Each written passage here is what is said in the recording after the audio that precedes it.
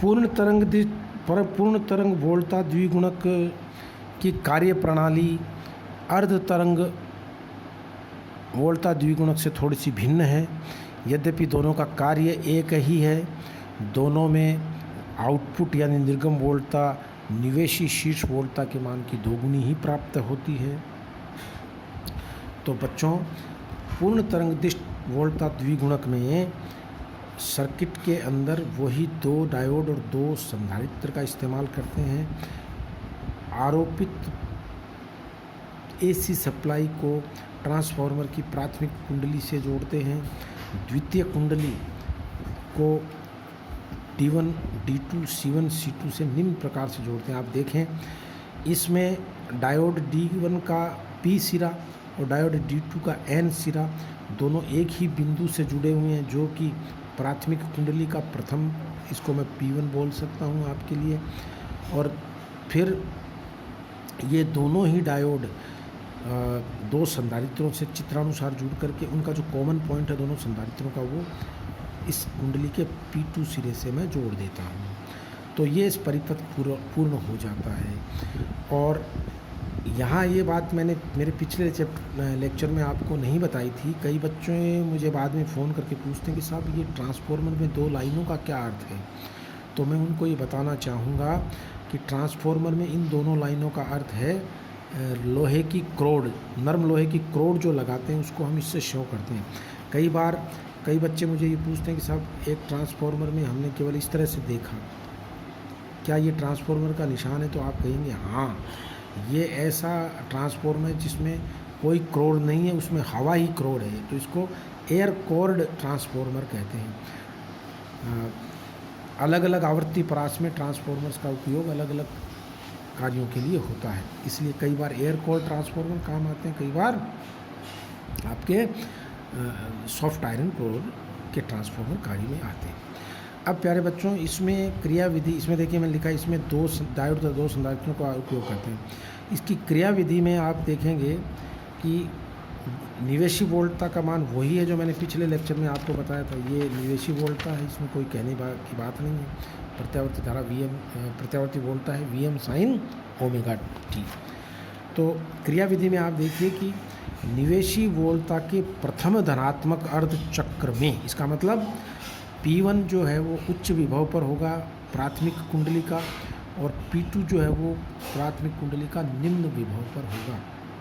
उच्च विभव और निम्न विभव क्रमशः। तो निवेशी वोल्टता के प्रथम धनात्मक अर्ध चक्र में डायोड D1 अग्रबायस में होगा, जबकि इसके कारण C1 का, और जबकि उस वक्त D2 क्या होगा, पश्च बायस में होगा। तो इसके अग्रबायस में होने के कारण धारा को जो प्राप्त रास्ता मिलेगा वो P1 से होते हुए डायोड D1, D1 से C1, C1 से होते हुए प्राथमिक कुंडली के सिरे P2 में ये कंप्लीट हमें मिलेगा। इसके बाद जिसके कारण संधारित्र C1 का आवेशन शीर्ष वोल्टता Vm तक हो जाता है।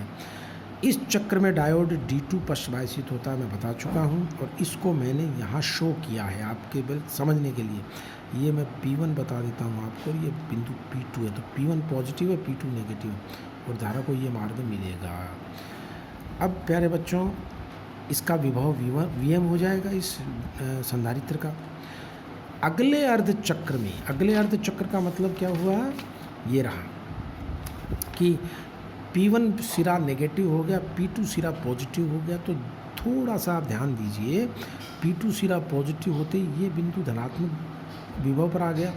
तो इस संधारित्र का आवेशन इस डायोड D2 के द्वारा होगा, क्योंकि डायोड D1 D2 का जो नेगेटिव सिरा N सिरा, मुझे नेगेटिव सिरा नहीं कहना चाहिए, N सिरा ही बोलूँगा, N सिरा नेगेटिव टर्मिनल से अब जुड़ा हुआ है। P1 नेगेटिव है, P2 पॉजिटिव है।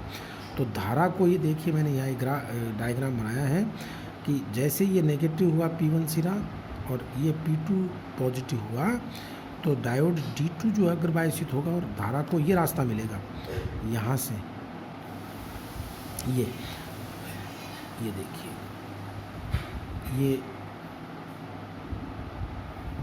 जो है एक मिनट, हाँ ठीक है, ये पॉजिटिव है ना, देखो ये इधर से जाएगा, यूँ आते हुए ये रास्ता मिल करके ये इसको इस तरह से,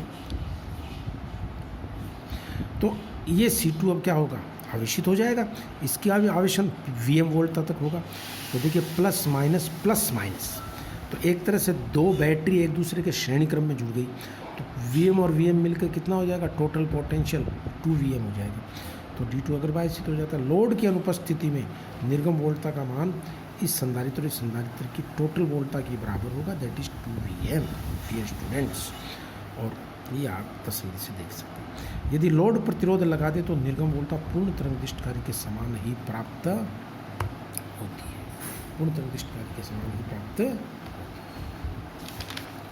और इस कारण से जो निर्गम वोल्टता मिलेगी वो आप देख लीजिए कि पूर्ण ये निर्गम वोल्टता हमारे को मिलेगी 2Vm के हिसाब से। ये मैंने इसका आउटपुट ये लिखा, ये देखिए, और हर आधे चक्र के बाद आउटपुट मिलेगा।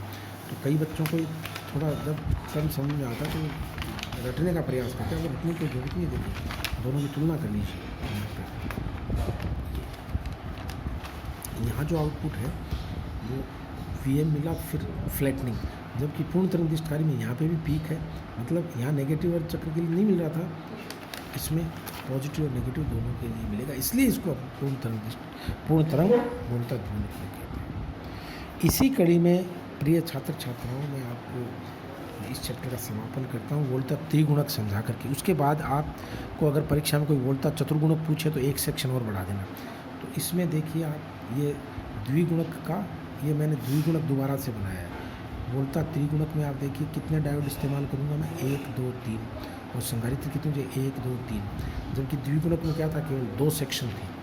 तो कोई हमें पूछे कि त्रिगुणक क्या है, तो त्रिगुणक का मतलब जिसमें निर्गम वोल्टता 3 गुना प्राप्त होगी। लेकिन बनाएंगे कैसे, ये द्विगुणक वाले सेक्शन को आप बढ़ाते जाइए, 1 और 1 2 सेक्शन द्विगुणक के हो गए, फिर तीसरा सेक्शन त्रिगुणक हो गया, फिर इस प्रकार से आगे चलेगा। और फिजिक्स इसकी वही है कि एक अर्ध चक्र में, जैसे धनात्मक अर्ध चक्र में ये अगर वायसित हो गया तो ये Vm तक चला जाएगा, फिर अगले अर्ध चक्र में ऋणात्मक में ये अगर वायसित हो गया तो ये C2 को चार्जिंग हो जाएगी, और C1 और C2 का टोटल चार्ज कितना हो जाएगा, 2Vm। तो अगले पॉजिटिव अर्ध चक्र में जब इस 2Vm के कारण ये जब चार्ज होगा तो 2Vm + Vm बराबर 3Vm इस संधारित्र C3 पर आ जाएगा। सारी बातें मैंने इसमें बहुत स्पष्ट शब्दों में आपको लिख दी है। क्रियाविधि एक ही रहती है, उसका एक्सटेंशन हो जाता है। तो देखिए क्रियाविधि में निवेशी वोल्टता के प्रथम धनात्मक अर्ध चक्र में डायोड D1 अगर वायसित होगा तो ये C1 चार्ज हो जाएगा। अगले अर्ध चक्र में D2 अगर वायसित होगा तो C2 चार्ज हो जाएगा। फिर उससे अगले अर्ध चक्र में ये तो दोनों चूँकि चार्ज हैं और ये पॉजिटिव पोटेंशियल इस पर ड्रॉप होगा, तो ये अगर वायसित होगा तो C2 का आवेशन इसके और इसके पोटेंशियल डिफरेंस के कारण Vm + Vm + Vm बराबर 3Vm तक चला जाएगा। इस प्रकार हमें यहाँ से यहाँ तक की वोल्टता 3Vm प्राप्त होगी। ये बात मैंने यहाँ पर करके आपको समझाने का प्रयास किया है, ये आप समझ लीजिए। मैं इस लेक्चर के साथ आपको असाइनमेंट्स भी दूंगा। आज उस असाइनमेंट्स को आप तसल्ली से करें। पिछले वाले असाइनमेंट्स के आप में से कईयों ने जवाब नहीं दिए, कुछ बच्चों ने मुझे रिस्पांस दिया और उन्होंने क्वेश्चन भी पूछे, मैंने उनका समाधान करने का भी भरसक प्रयास किया। फिर भी अगर आपको कोई चीज़ समझ नहीं आती है तो आप बेहिचक मुझे पूछ सकते हैं। Thank you very much.